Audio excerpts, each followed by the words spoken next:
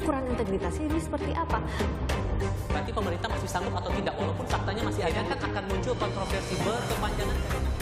Tapi tetap tidak mengubah satu tetes cinta pun untuk Indonesia.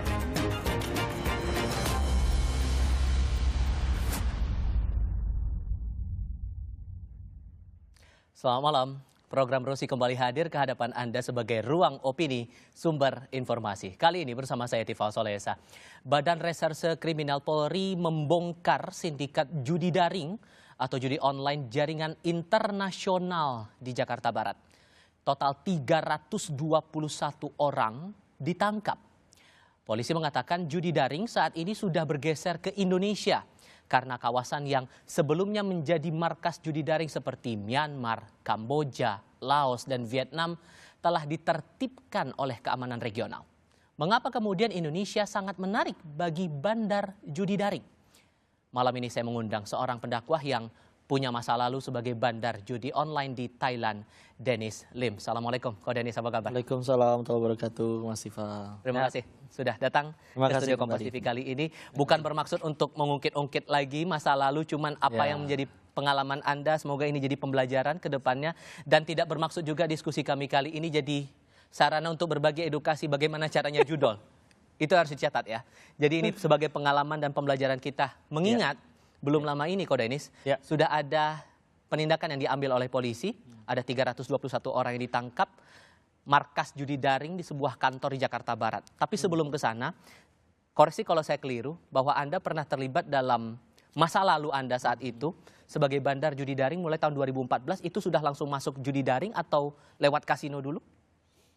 Itu langsung di online kita. Karena di Indonesia juga dulu kan ada banyak ya yang non offline, yang non online, yang offline. Terus 2007 sudah mulai hilang, 2004 terutama waktu ganti Kapolri, mulai ada itu 2009-an awal untuk mulai lari ke online, ya. Dan itu generasi awal tuh. Saya ikut di generasi yang udah tengah-tengah 2013-2014-an, dan itu memang waktu itu langsung terlibatnya yang di perbatasan Thailand sama Kamboja itu. Dan itu berapa lama? 3 tahun 1 bulan 10 hari. Sampai hafal detail-detailnya. Dan selama Anda berkecimpung di dunia yang kelam itu, Anda pernah berurusan juga dengan polisi atau semua berjalan aman saja saat itu? Lancar itu kalau negosiasinya lancar ya. Jadi selagi semuanya tercukupi, upeti maksudnya, maka ya udah lancar-lancar aja. Baik yang ke oknum-oknum yang lokal maupun yang ada di sana yang berkaitan dengan otoritas Kambojanya. Dan Anda saat itu pernah memegang berapa situs? Total 28-an. Dengan jumlah SDM saat itu? 50-an. Datang dari warga negara mana saja itu? Kalau itu kami mulai dari yang Indonesia semua. Terus akhirnya memang ngelebar ya. Kita juga bisa buka untuk yang misalkan untuk pasar Thailand. Berarti hire-nya CS dan adminnya harus orang Thailand. Orang Vietnam ya berarti kita cari orang Vietnam. Oke. Jadi infrastrukturnya kan sama semua. Ya perlunya internet, laptop atau komputer, orang-orang SDM-nya, terus internet bankingnya. Sama aja sebetulnya infrastrukturnya. Apakah sama dengan yang proses ditangkap oleh polisi? Kami juga sambil tampilkan saat polisi saat itu menggerebek salah satu perkantoran di kawasan Jakarta Barat. Total 321 orang ditangkap saat itu. Hanya ada satu warga negara Indonesia di sana. Areanya kalau dilihat ini dia.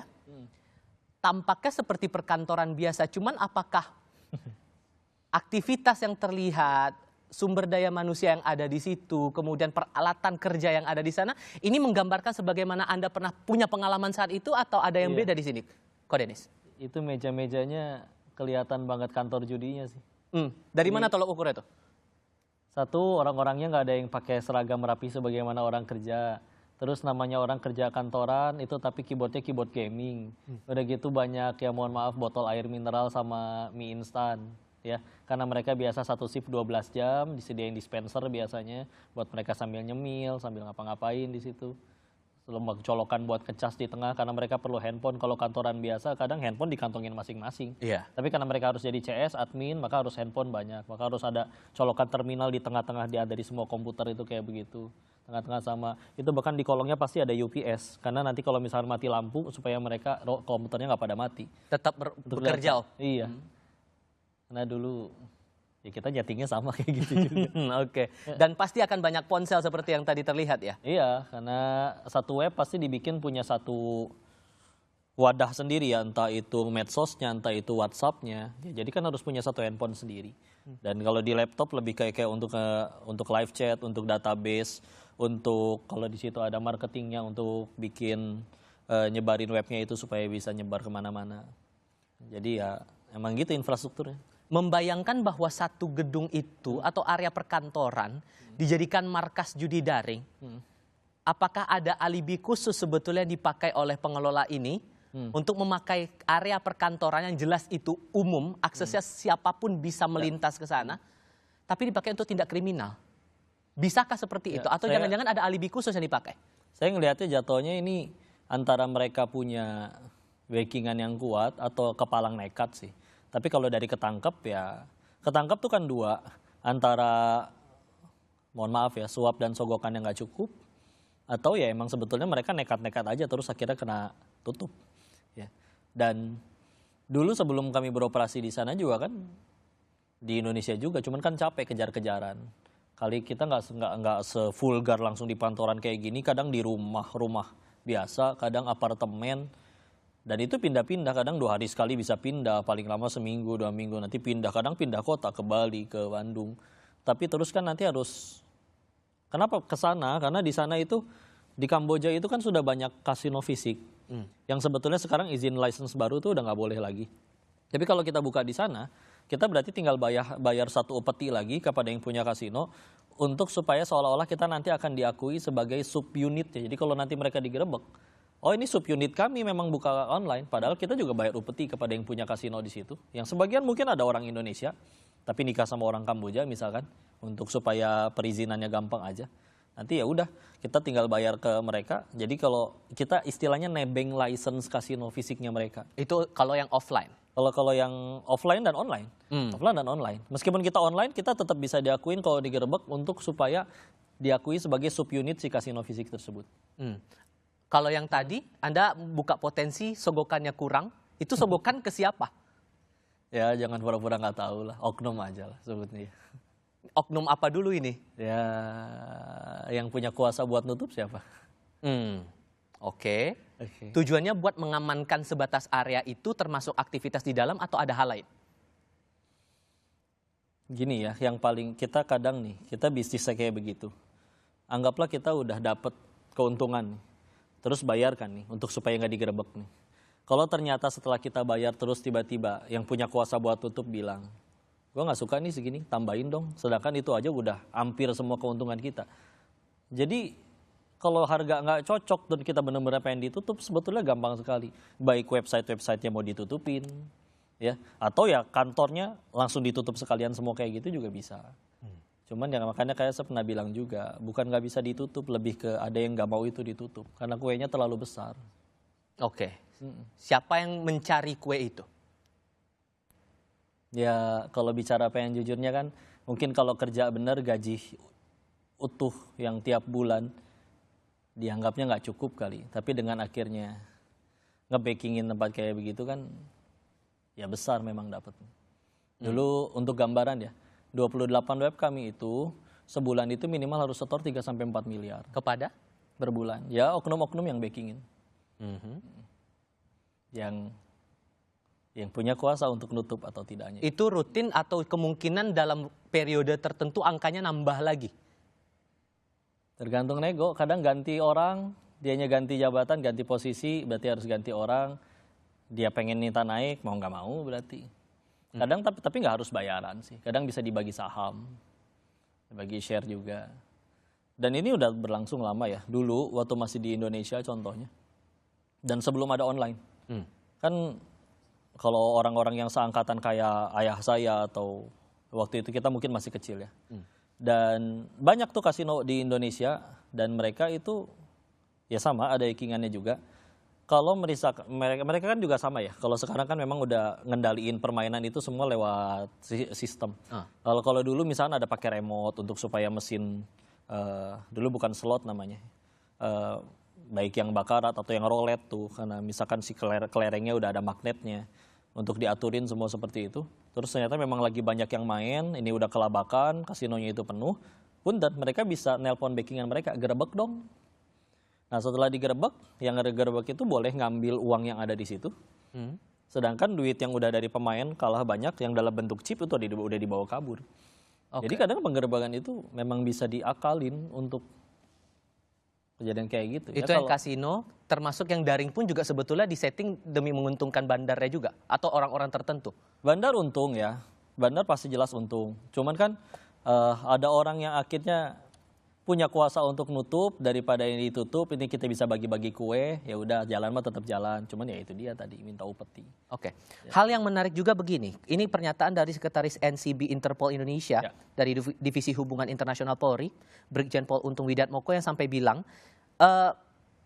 beberapa negara, beberapa titik di beberapa negara itu awalnya jadi server-server yang tadinya menjadi titik operasional judi daring itu sekarang ditertibkan dan mulai digeser ke wilayah Indonesia.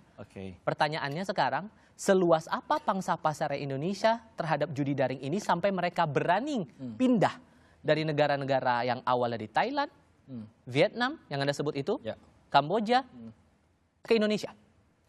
Pangsa pasar Indonesia luas, kalau dari memang paling luas Cina ya jelas, tapi kan lebih karena jumlah penduduk sebetulnya. Indonesia penduduknya juga besar. Dan sebetulnya untuk mengakses pangsa pasar Indonesia sebetulnya nggak harus buka di Indonesia. Ya tadi aja di Kamboja, kan kita internet dulu waktu saya buka di sana juga kan itu playernya orang Indonesia semua. Walaupun kita bisa buka web Thailand. Nah berarti pemainnya orang-orang Thailand, berarti CS dan adminnya juga orang Thailand. Ya. Cuman sampai akhirnya bisa ada di Indonesia, saya kalau misalkan lihat di bandara juga suka banyak orang-orang, mohon maaf ya, orang-orang dari Tiongkok sana kok. Yang padahal dia kerja tambang di Sulawesi dan yang lain-lain. Jadi kayak emang akses masuk ke sini tuh mudah, gitu kan. Maka kalau saya memang kalau feeling ya ngelihat yang kayak gini jatuhnya lebih kayak ke nekat sih. Kita masuk pada masuk ke Indonesia aja, bebas masuknya, gampang masuknya, visa gratis semua segala macam langsung dikasih.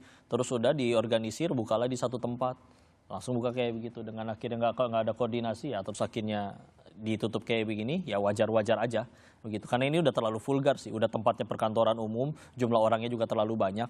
Nekat dengan resiko ya pasti akan berpindah-pindah, karena yang saya ingat tahun 2024 Anda juga berbicara kepada tim digital Kompas TV dalam sebuah podcast, Anda juga bilang potensi untuk berpindah-pindahnya juga besar karena pasti akan ketahuan di satu titik berpindah lagi ke tempat yang lain. Atau kita batasi satu titik itu cuma berapa orang, nggak pernah kita bikin misalkan itu kan dulu yang 28 rep itu kan beberapa kantor, ya kan? Dan nggak dikumpulin di satu tempat, satu kantor tuh ketiplok ratusan orang gitu jadi satu, kan terlalu mencolok. Padahal segitu teh itu di situ tuh udah tempat benar-benar khusus judi di perbatasan Thailand sama Kamboja. Ini benar-benar di tengah kota Jakarta, kumpulin orang segitu banyak, ya.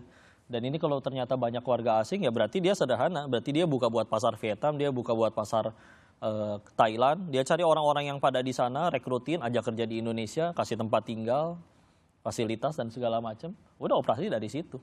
Mereka cuma dibekali, pokoknya udah infrastrukturnya, laptop, internet dan yang lain-lain. Udah operasi udah. Dan dari 321 orang yang ditangkap itu, ada satu warga negara Indonesia yang turut ditangkap dalam penggerebekan judi daring jaringan internasional. Dari 321 orang yang ditangkap, satu diantaranya adalah warga negara Indonesia yang pernah bekerja di Kamboja. Ia diduga punya peran sebagai customer service atau operator judi daring. Saya masih berdiskusi dengan seorang pendakwah yang punya masa lalu sebagai bandar judi daring di Thailand, Dennis Lim. Ko Dennis, dari pernyataan polisi tadi, dia sudah punya pengalaman di industri yang sama, beda negara, kemudian ditarik ke Indonesia dengan peran sebagai operator judi daring. Untuk mengoperasikan itu, secara SDM-nya memang orang yang pernah punya pengalaman di negara lain, kemudian ditarik ke Indonesia, atau bisa saja orang yang belum pernah punya pengalaman sama sekali, bisa ikut terjun di industri ini? Tergantung kebutuhan. Kalau untuk CS, admin, ya bahkan izin ya, anak yang nggak lulus SMP aja, lulusan SD aja, bisa diajarin.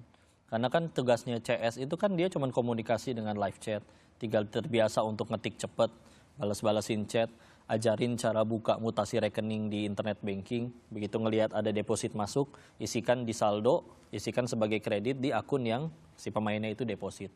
Itu kan siapa aja bisa diajarin kan. Kecuali kalau misalkan kita perlu orang untuk ya edit webnya, ya berarti harus punya kemampuan programming. Tapi ya itu dia, masalahnya judi zaman sekarang juga udah bisa maklon.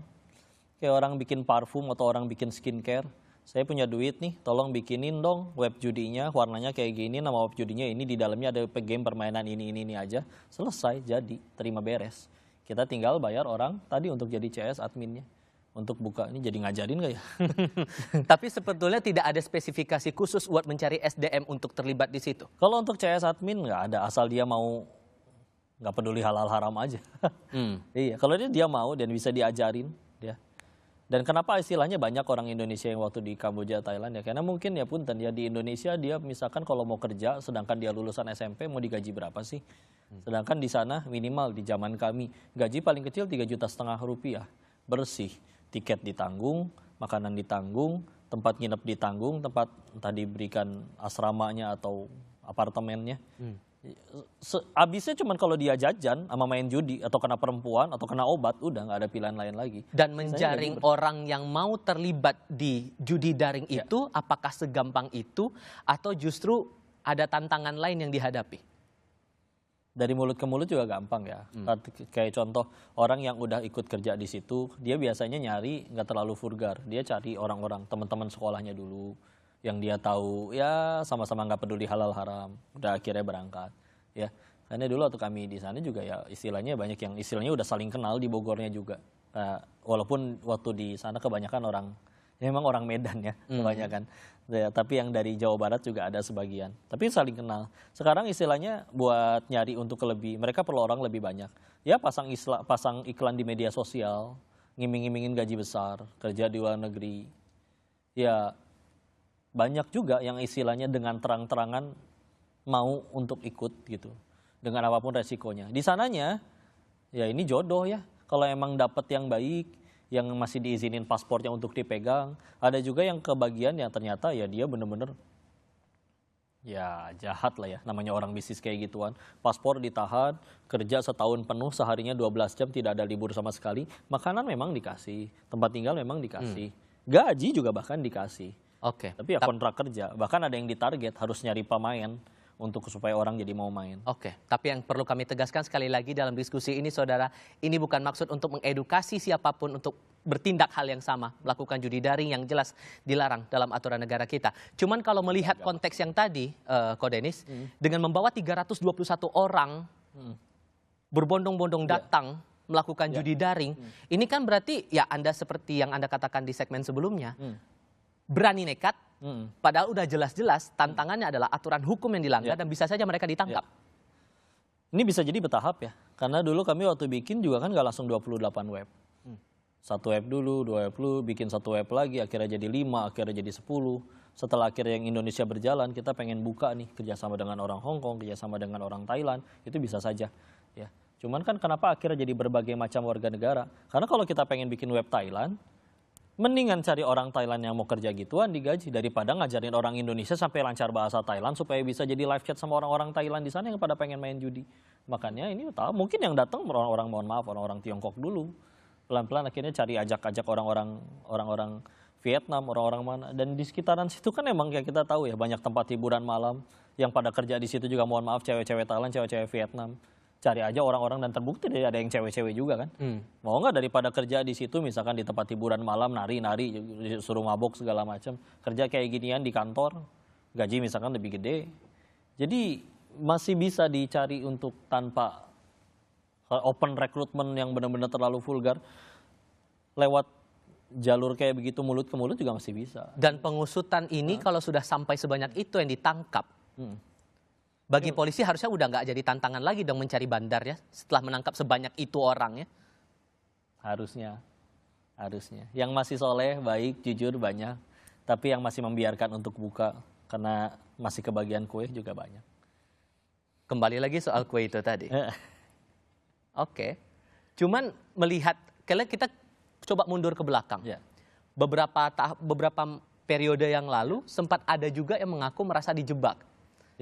Mendapatkan pekerjaan di Kamboja, mendapat posisi tertentu atau pekerjaan tertentu, tapi pada akhirnya terlibat dalam skenario operasi judi daring itu. Ya. Dan tampaknya memang ya akal bulus itu yang coba dimanfaatkan demi bisa mengejar orang sebanyak-banyaknya biar bisa mengoperasikan ke sana. Di sana itu nanti awalnya memang judi, Mas Tifal ya. Cuman kan lama-lama akhirnya yang benar-benar bikin kantor khusus untuk nipu scam itu juga ada. Kan nggak mungkin dong ketika open recruitment disampaikan, ayo siapa yang mau kerja jadi penipu. Tahu-tahu begitu nyampe, diambil pasportnya, tugasnya, bahkan mohon maaf ya, yang dia laki-laki tapi suruh dibikin akun cewek, terus nanti suruh deketin om-om, temenin chat, kasih perhatian, nanti akhirnya kan dikasih uang jajan juga. Itu kayak gitu aja ada kantornya. Ya. Apalagi yang jelas-jelas ya jalan judi seperti ini. Dan yang bikin judi juga bisa jadi awalnya dia nggak pengen bikin penipuan, tapi ketika akhirnya misal dia udah buka nih website judi, terus ternyata ada pemainnya yang by system memang lagi kebagian menang. Terus kalau kita milih nggak pengen bayar, si pemainnya ternyata orang Sulawesi nggak bisa ngapa-ngapain, masa mau ngejar ke Kamboja, nggak usah dibayar aja sekalian. Nah akhirnya kalau misalnya udah kayak gitu kepalang aja jadi web penipuan sekalian. Orang main deposit, giliran menang tinggal nggak usah dibayar. Makin merambah lagi kan jadi penipuan. Ya. Jadi ya, dan dulu juga bahkan di Indonesia kan pernah ditangkap, kan, digerebekin sindikat yang operasi SMS mama minta pulsa dan segala macam. Iya. Itu aja kan ada sindikatnya. Jadi akhirnya itu berkembang gitu di sana gitu. Yang benar-benar dibikin kayak kantor judi live bakarat ya. Beneran ada si mbak-mbaknya di depan meja bakarat gitu. Tapi di depannya kamera dan yang main orang-orang di Indonesia. Itu beneran ada. Mereka dandan di situ, disediain make up artisnya segala macam. Ya, yang khusus buat nipuin orang gitu, ngerekrutin orang, yang suruh pura-pura jadi cewek, ngechatin om-om kesepian, ya, ditemenin video call, suaranya masih bisa diubah pakai AI segala macam.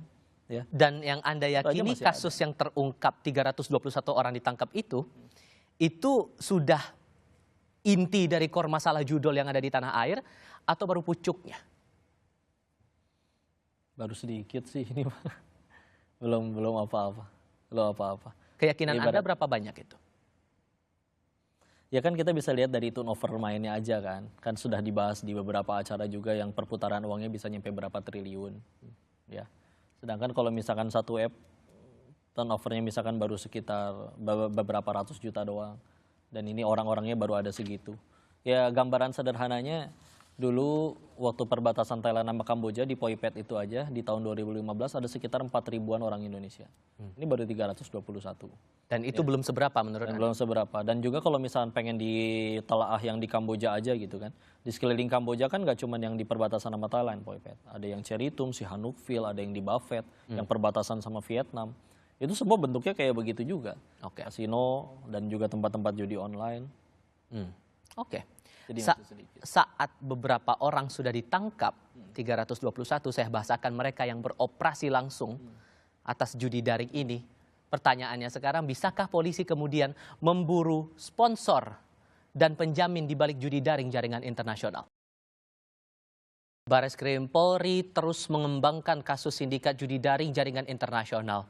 Polri kini mengusut aliran dana hingga pihak yang mensponsori judi daring jaringan internasional yang bermarkas di sebuah perkantoran di Hayamuruk, Jakarta Barat. Saya masih berdiskusi dengan seorang pendakwah yang memiliki masa lalu sebagai bandar judi daring di Thailand, Dennis Lim. Ko Dennis, kalau Anda yakini bahwa kasus yang terungkap di Jakarta Barat itu baru puncak gunung esnya, tapi apakah Anda yakin ini sebatas terpusat di Jakarta atau bisa menyebar ke daerah yang lain? Bisa nyebar gampang, karena buat bukanya tuh gampang ya. Bener-bener kita kalau pengen main solo karir gitu, bener-bener di rumah sendiri, pakai komputer sendiri, beli rekening bodong sendiri, bikin website, kebuka, pemain pertamanya teman-temannya dulu, itu aja kan bisa. Apalagi kalau pengen dibikin besar sekalian, mereka misalkan berani bayar iklan di medsos. Karena di beberapa sebagian media sosial, ini tidak dianggap judi kan, dianggapnya masih permainan. Jadi memang masih bisa diiklanin bahkan. Ya. Dan banyak yang dari mereka bikin seperti ini itu, mereka itu juga sebetulnya bukan penyedia game ya, lebih ke agen. Jadi gini, kita bikin web judi ini, ada yang benar-benar bikin web judi itu benar-benar bikin permainannya. Selimutnya aja yang berubah gitu ya? Benar-benar bikin permainannya. Kalau benar-benar bikin permainannya, orang transfer pakai duit betulan untuk dibikin jadi duit mainan untuk bisa main di game kita kan. Nah, banyak web besar yang bahkan jadi sponsor di tim bola kan, ada yang bajunya aja kan web judi gitu kan. Atau penyedia game judi.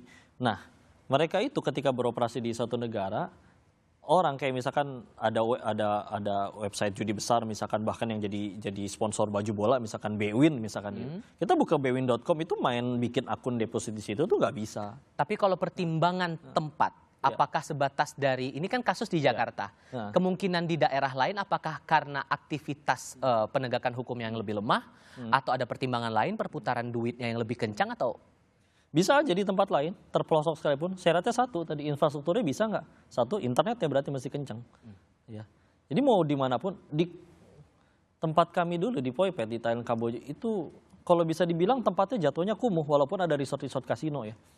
Dia jauh ke Bangkok, lumayan jauh, ke Phnom Penh atau ke minimal ke Siem Reap yang kota besar, Kamboja juga lumayan jauh. Tapi di situ bisa ada infrastruktur untuk internet kenceng. Meskipun kiri kanannya mohon maaf masih bau, masih ada yang kumuh, masih ada yang kelaparan. Dimanapun bisa. Syaratnya tadi infrastrukturnya bisa nggak? Orang kan tinggal mau atau enggak, lu mau nggak kerja di situ? Oke. Kalau selagi masih mau ya udah bisa jalan di situ di mana aja. Ini sudah tertangkap beberapa orang yang jadi operator di perusahaan itu. Kalau mengejar bandarnya yang jadi sponsornya, kita bisa berharap bahwa polisi bisa gampang untuk menangkapnya, atau Anda agak skeptis untuk sampai ke situ? Nggak ada dalih kesetiaan sih di sini. Punten ya, kalau misalnya dia pengen kasar ditampar sekali sebutin siapa yang gaji kamu juga masih bisa-bisa aja. Kecuali benar-benar atasnya main rapi. Dia pakai proxy lagi, pakai orang lain lagi, nggak pernah muncul di permukaan sama sekali. Yang selama ini nyuruh bisa jadi juga cuman anak buahnya. Yang jadi kepala di situ ngatur-ngatur semuanya juga bisa jadi cuman anak buah. Tapi logikanya harusnya lebih mudah dong. Harusnya sih benar-benar bisa ya. Benar-benar bisa. Cuman itu dia tadi. Beneran mau ditutup nggak atau ada yang nggak mau nutup? Sebatas itikat atau kembali lagi ada yang bermain di belakang itu? Kan sampai ada yang pengen bikin, ya udah kalau gitu dilegalkan saja, dilokalisasi di satu tempat. Contoh kalau di Malaysia ada di Genting Highland, atau di Singapura ada di misalnya di Sentosa atau di Marina Bay Sands gitu kan. Untuk dijadikan satu, dan itu dijadikan untuk supaya pemasukan untuk negara gitu. Karena emang ya ini ditutupin, ditangkepin semua. Tangkep sampai ke bandar-bandarnya misalkan, yang benar-benar ngebuka bosnya, sponsornya. Dan jelas kita akan ada lagi yang buka kok, akan ada lagi.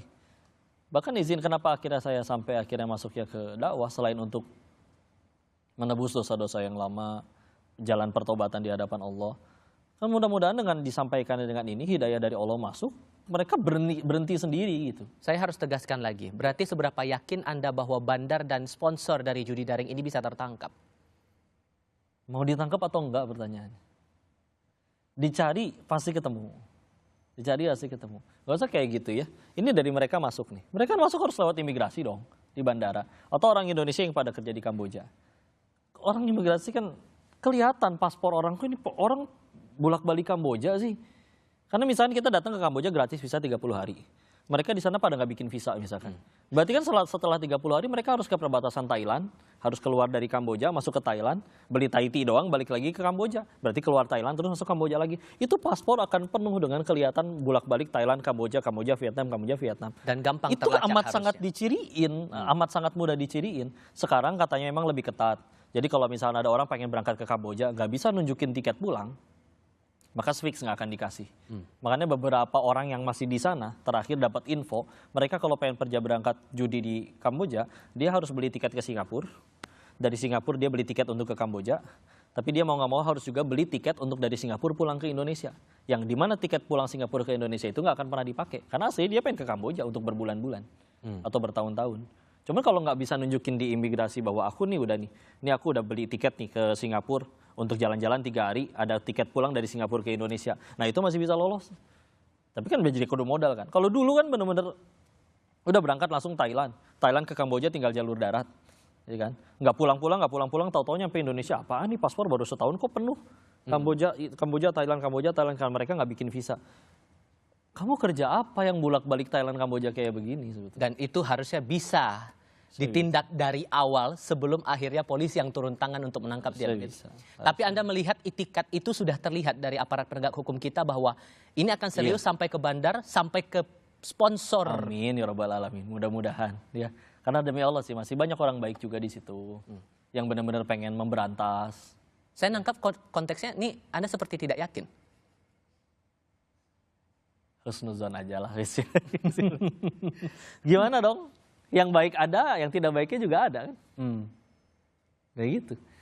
Dan kalau ternyata yang baik dan pengen menutup benar-benar ditutupnya ternyata kalah jabatan sama yang tidak baiknya, dia bisa apa? Yang membuat Anda masih ragu apa? Karena itu dia. Kalau pengen ditutup, kami dulu pertama kali nyampe Thailand, nyampe Thailand dan Kamboja misalkan, kami buka, terus ternyata tempat kami bayar opeti, dalam hal ini misalkan mohon maaf ya, oknum yang di Kamboja, ketika kami bayar, terus dia bilang, saya nggak suka segini, saya nggak mau kamu ada, kamu pulang sana ke Indonesia, kita nggak bisa buka bos. Walaupun itu yang di Kamboja. Karena emang uang besar mereka dari situ. Ya kan? Atau mau hidup lurus, sudah benar-benar semua berarti selama puluhan tahun bisa jadi cuman pakai yang dapat kerja dengan gaji segitu misalkan ya. Tapi hidup lurus, tapi yang didapat misalkan ya dia punya motor mungkin setelah 10 tahun kerja. Tapi kalau misalkan ternyata bisa dapat kue besar dari melindungi yang kayak gituan. Dan pola di Indonesia juga sama? Nggak usah yang kayak gitu, kita di pasar aja ya. Ada orang yang jualannya laris, nggak izin ke preman di lokal sekitar kayak gitu. Tahu-tahu disamperin, nanti tinggal diutus orang mabok satu ke situ buat bikin rese. Terus nanti datang sok kayak jagoan, ada yang rese ya? Oh gini aja, nanti saya tolongin, saya urus orang mabok itu, tapi bayar jasa keamanan aja. Itu yang mabok orang-orang dia juga. Segitu tuh di pasar, urusan duit receh, apalagi ini miliaran. Dan sekali lagi tidak jadi urusan yang sulit untuk bisa mendalami ini. Tidak sulit harusnya untuk ditutup, dicari ke akar-akarnya. Website-website yang penyedia game permainan yang kayak tadi ya, itu mungkin benar-benar ada yang dari Eropa dan itu memang sulit. Tapi yang beroperasi, termasuk kami yang dulu di Kamboja waktu dulu kami buka, itu kan kami sebetulnya cuman agen dari web-web besar yang mungkin entah ada di Filipina atau misalkan penyedia game yang ada di Eropa. Kami punya lisensi untuk bisa bikinin akun agar orang bisa main di situ. Seperti saya tadi bilang, kita orang Indonesia buka bwin.com pengen main nggak bisa bikin akun langsung. Harus melalui supermaster, master dan agen-agen yang ada di Indonesia yang punya hak untuk bikinin kamu akun untuk main di situ. Oke, kalaupun kemudian ditindak, kemudian satu akun diblokir, fakta di dunia digital, patah satu, tumbuh 1000. Iya. Jadi mau memberantasnya, muter-muter ke situ aja. Apakah Adu pinter, memang adu pinter aja. Ya kita sebelum di satu web diblok, ya kita sudah punya beberapa domain lain yang tinggal disebarin ke seluruh pemain kami bahwa ini kalau yang ini diblok bukannya di web yang ini ya kalau main ya. Itu bisa terjadi. Cuman ya sebetulnya negara kita juga banyak orang pinternya yang sanggup untuk kayak gitu. Buktinya kemarin yang Pak Amin Rais juga cepat banget kok di take down-nya gitu kan. Kenapa yang ini judi lama banget gitu. Oke. Lalu kemana kita bisa mengharapkan ini betul-betul terrealisasi, judi daring betul-betul bersih dari bumi Indonesia? Saya masih berdiskusi dengan seorang pendakwah yang punya pengalaman masa lalu sebagai bandar judi daring di Thailand, Dennis Lim. Anda pernah bicara kepada kami, Ko Dennis, tahun 2024 lalu di kanal YouTube Kompas TV dan menyampaikan bahwa sebetulnya judi daring ini lebih ke penipuan. Kalau pakai bahasa saya, apapun bisa disetting dari awal oleh operator judi daring itu lewat situs itu. Seolah-olah judi, tapi ujung-ujungnya adalah keuntungan sepenuhnya ada di tangan bandar, di tangan pemilik yang punya situs judi daring itu. Tapi faktanya masih ada orang-orang yang terjerat judi daring ini. Apa problemnya? Apa masalahnya sampai banyak orang masih terlibat di lubang yang sama, lubang judi daring itu? Karena kalau judi betulan itu, ini ada kartu satu nih, taruhan yuk yang keluar ganjil atau genap. Satu pasti menang, satu pasti kalah, itu betulan judi. Kalau ini kan memang betul, pasti yang untung bandar gitu. Cuman, ya ibarat gini lah, bandar kan sama-sama kayak orang umum juga. Dia sama-sama pengen sekolahin anaknya, bikin dapur ngebul di rumahnya, bahkan mungkin jajanin selingkuhannya ya kan. Maka dia cari sistem di mana dia bisa selalu untung. Makanya bikinnya web judi. Kalau memang ada tata cara untuk jadi kaya sampai mati dengan cara main judi, nggak akan ada orang mau jadi bandar. Ngapain? Jauh-jauh ke Kamboja dengan segala macam resikonya. Rebutan lahan di pasar aja bisa ada yang mati, nyuruh orang bunuh kok. Apalagi yang di sana bisnis haram miliaran gitu kan. Sebetulnya masih ada resikonya. Seperti itu. Cuman, ya itu dia. Kami tawarkan sistem untuk supaya kalau kamu lagi kebagian menang, ya memang bisa ada menang. Cuman kan nggak perlu dikasih banyak. Contoh, 10 orang main, 8 kalah, 2 menang. Manusia, entah gimana, mereka suka ngerasa, saya pasti si 2 orang beruntung tersebut. Jangankan main judi. Dulu zaman kita beli pasta gigi, kirimkan 1 juara kirim ke PO Box. Juara 1 se-Indonesia, ayo siapa yang tetap ngirim bungkus odol tuh. Ya kan? Bisa pede amat yakin menang gitu kan. Dan mereka juga akhirnya ya udahlah. Daripada duit gua habis besok udah gajian lagi nih, ada sisa duit gope. Siapa tahu besok bisa jadi 20 juta dengan cara dimainin. Ya. Kalau kalah, ya udahlah besok juga ada gajian lagi. Anggaplah ini biaya senang-senang. Berarti apa daya pikatnya sampai masih banyak orang yang mau tetap judi daring itu? Ya itu dia, ada orang yang pengen tetap cepat kaya dengan cara gampang. Ya. Dan kalau misalkan kalah, mereka bisa mikir, ya udah ini biaya senang-senang. Karena ya di kasino-kasino yang fisik ya, itu memang ada orang yang dia sebetulnya orang kaya. Dia senang mainnya aja. Senang deg-degan nunggu kartu kebuka aja. Bagi dia kalau kalah nggak apa-apa. Ini ibarat kayak misalkan kita beli tiket bioskop ada biayanya. Main roller coaster ada biayanya. Ini juga main ada biayanya. Biayanya mungkin dianggap jadi kekalahan. Cuman kan kalau yang di kasino kayak gitu bisa jadi orang yang betulan kaya. Dia tahu kapan harus berhenti, ini cuma biaya senang-senangnya dia. Tapi ketika yang buka tambah banyak, dulu kami sampai ngebatasin pemain minimal deposit 500.000 atau 100.000 lah. Di bawah itu kami nggak terima klasteri yang receh. Sekarang yang buka tambah banyak. Ibarat yang mancing tambah banyak ikannya segitu-gitunya. Ya kayak tukang ayam geprek. Mau harus adu harga lebih murah. Akhirnya 10.000 pun mereka terima. Siapa yang punya duit 10.000? Yang markirin, anak SMP. Dan mereka yang seperti itu nggak punya kemampuan finansial. Oke misalkan kami bikin minimal main 500.000. Bisa jadi gaji dia sebulan 20 juta. Orang yang digaji 20 juta. Bisa jadi dia punya kecerdasan yang lebih untuk, makanya dia bisa digaji sebesar itu. Dan dia tahu kapan harus berhenti. Dan Anda mau mengamini apa data yang pernah dikeluarkan PPATK waktu itu bahwa kelas ekonomi ke bawah, bahkan mereka yang statusnya pelajar pun bisa terjerat dalam lingkaran judi daring itu. Aksesnya gampang, pengen cepet dapat duit gitu kan. Tapi kalau ditarik panjang ya pasti menang si bandar. Cuman mereka cukup senang ketika akhirnya ya udah hari ini kalau 100.000, ya udah hari ini kalau 100.000, ya ini kalau 100.000. Sesekali nanti ada momen di mana setelah 4 minggu dia baru menang, 100.000 jadi 1.100.000. Oh dihitung mundur dari kalah 100.000 per harinya. Udah berapa banyak? Cuman saya melihat fenomenanya kita juga melihat begini kan. Sudah berkali-kali kita mendengar dari otoritas terkait menyampaikan kita akan berantas judi daring ini. Tapi kemudian perusahaan-perusahaan yang terlibat dalam tindak kejahatan itu tetap tumbuh. Bahkan kita melihat ada sindikat jaringan internasional yang justru ada di Jakarta. Jadi kita bisa berharap apa lagi kalau begitu? Makanya saya larinya ke Allah ya. Siapa tahu Allah kasih hidayah ke semuanya. Karena ibarat ya ini mulut sampai berbusa berkoar-koar untuk supaya gimana caranya berhenti judi. Kan mohon maaf kan bukan dari sudut pandang pemain yang pasti kalah. Pemain tuh gampang tobat kok karena ujung-ujungnya pasti kalah. Tapi kalau misalnya udah dibilangin, bahkan tadi sampai disebutkin kan, mantan, bandar. Ya bandarnya aja udahan, masa kamu pemainnya nggak udahan? Dan susahnya diberantas judi daring ini sebatas pada kemauan atau ada hal yang sistemik lagi di sini? Kemauan sih sebetulnya, karena kalau bicara gara-gara judi ada gara-gara ekonomi sulit, saya masih kenal kok orang-orang yang mereka berkata, saya mending mati daripada ngambil yang haram. Cuman semua unsurnya masih ada, kayak kenapa prostitusi ada? Perempuan yang pengen kaya cepetnya ada, om hidung belangnya ada, tukang antar jemputnya aja ada, lengkap semua unsur, running, demand-nya masih ada soalnya. Ya sekarang orang yang pengen kaya cepet ada, yang pengen jadi bandarnya juga ada, yang pengen nge-backingin juga ada. Sistem untuk agar itu tidak cepat tumbuh apakah cukup kuat menurut Anda? Ya itu dia, kenapa larinya ke Allah? Karena kalau misalkan akhirnya hidayah itu masuk, yang main jadi takut dosa nggak mau main, yang jadi bandar juga takut dosa akhirnya tobat, yang nge-backingin juga dapat hidayah akhirnya nggak mau nge-backingin. Indah, tapi kayaknya nanti itu mah di surga ya. Dan cara memberantas judi daring ini buat Anda sebatas penegakan hukum atau ada pendekatan lain? Yang pendekatan yang saya lakukan ya memang lewat dakwah ya. Karena ya alhamdulillah nggak sedikit juga yang benar-benar terlibat walaupun bukan bandar besar atau dia misalkan orang yang ya orang IT-nya bandar lah, tapi orang-orang yang di pihak bandar berhenti setelah mendengar podcast atau kajian. Ada alhamdulillah yang berhenti main dari sudut pandang pemain setelah dengerin podcast atau apa yang saya sampaikan di kajian juga nggak sedikit. Sehingga Jadi Anda mau sebetulnya bilang masih ada efek. penegakan hukum tidak cukup? Sebetulnya harusnya cukup. Karena dulu kan sebetulnya di Islam juga ada sistem hukum kan untuk supaya tidak ada kezoliman.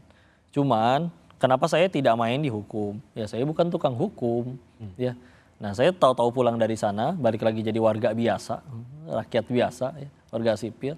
Ya udah ngaji, nebus dosa yang lama, tobat yang benar, terus mudah-mudahan di waktu yang sisa sampai sebelum mati ini, mudah-mudahan nyampein kebaikan, mudah-mudahan orang berhenti berbuat buruk atau berubah jadi orang baik. Kalau kemudian Anda meyakini ini baru puncak gunung esnya, seberapa darurat sebetulnya ancaman judi daring ini di negara kita sekarang? Ya darurat banget ya.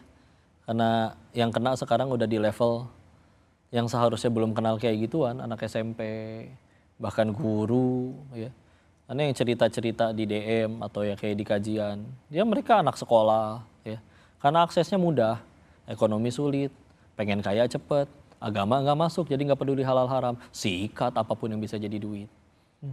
Jadi ya yang masalahnya di situ.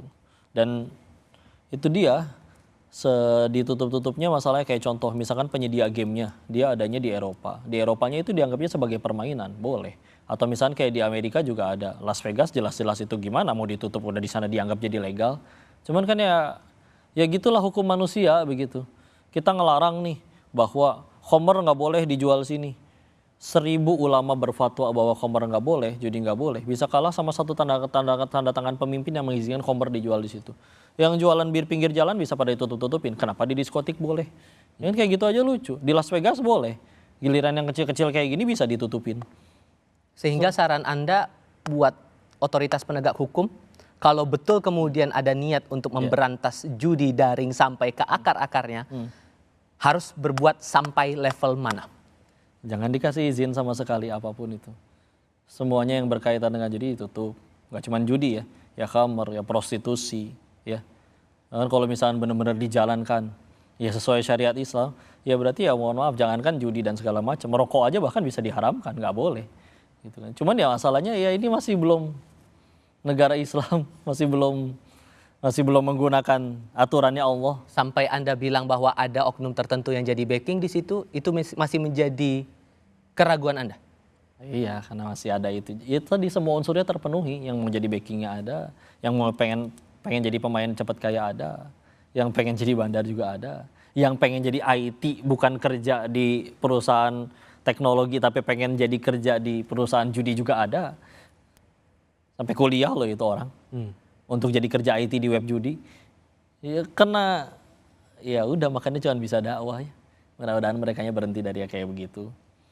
Kecuali misalkan saya terlahir misalkan jadi kaisarnya dunia, satu dunia tunduk sama aturan saya. Sederhana, mana yang boleh buka? Kata Quran boleh nggak? Baru boleh. Kata Quran nggak boleh, tutup semua.